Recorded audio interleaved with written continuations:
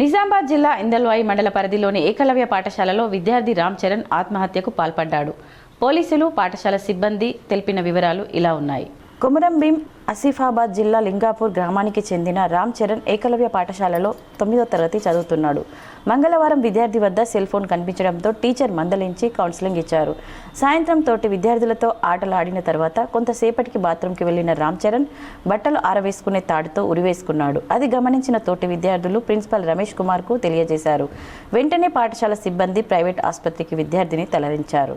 అక్కడ చనిపోయాడని నిర్ధారించుకున్న తర్వాత జిల్లా కేంద్ర ప్రభుత్వ ఆసుపత్రికి తరలించారు. ఎస్ఐ సందీప్ ఆసుపత్రికి చేరుకొని వివరాలు సేకరించారు.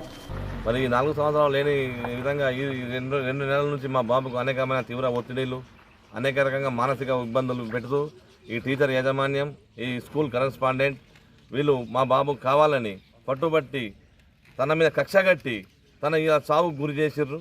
ఆ బాబుకు కారణం ఏంటంటే మా బాబు ఎవరికి ఏ హాని చేసే వ్యక్తి కాదు. మరి మా బాబుకు మళ్ళీ ఎలా చనిపోవడం అంటే అది చాలా కోణాల్లో దర్యాప్తు చేయాల్సి ఉంది. మా బాబుకు మాత్రం న్యాయం జరగాలని మేమైతే గట్టిగా డిమాండ్ చేస్తున్నాము.